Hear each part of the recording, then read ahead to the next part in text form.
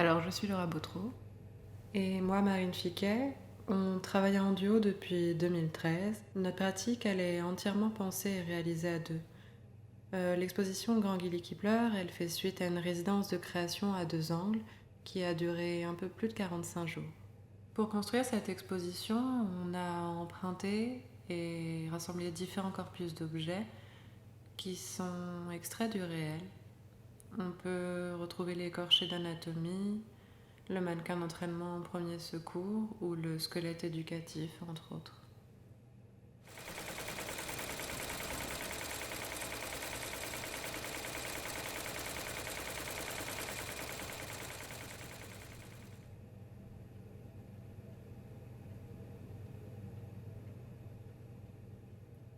Et c'est des objets qui sont des objets d'apprentissage ou de simulation, qui imitent ou rejouent le corps et qui ont déjà une charge fictionnelle, mais on la réinvente et on la déconstruit.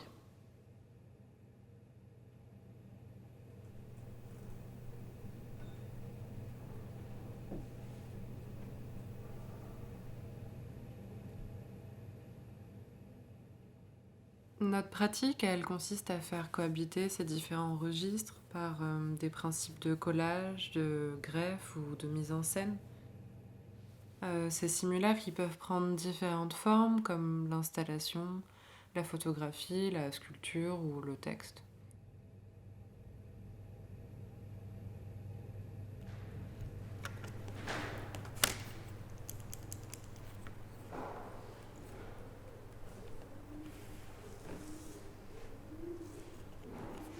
On travaille autant à partir d'objets existants que par des principes de moulage. On emprunte des fragments de nos corps qu'on traduit en plâtre, en porcelaine, en résine ou en silicone. Et les figures enfantines qu'on met en scène, elles portent souvent nos visages et nos mains. C'est d'ailleurs pour ça qu'on les appelle des figures enfantines. On ne cherche pas à représenter des enfants, mais plutôt à donner une impression d'enfance à des représentations qui n'en sont pas.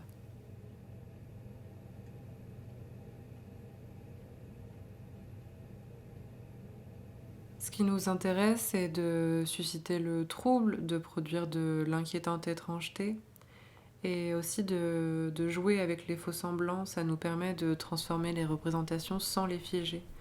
On vient questionner le regard en permanence pour interroger ce que l'on voit, ce que l'on croit voir et nos manières de regarder. Et quand il s'agit de mettre en scène ce qui ressemble à des corps, cette question, elle devient cruciale.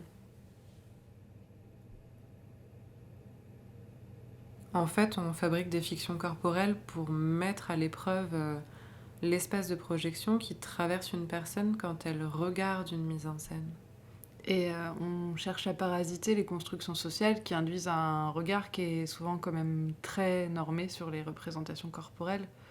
Donc on produit des simulacres où les images corporelles, elles viennent justement subvertir les catégorisations qui sont attendues d'elles. On s'amuse aussi à mélanger les âges, les genres et les temporalités pour créer des mises en scène polymorphes ou mutantes. Et il y a aussi la question de l'archive et la question du corps comme archive politique qui nous intéresse particulièrement. On essaye de révéler comment est-ce qu'on peut à la fois construire et déconstruire les représentations. Et on tient à ce que les lectures soient plurielles et les possibilités de fiction multiples. Alors on joue sur un certain nombre de codes, sur une première impression de douceur, quelque chose de ténu mais qui paradoxalement dans les sujets vient gratter, déranger ou interpeller.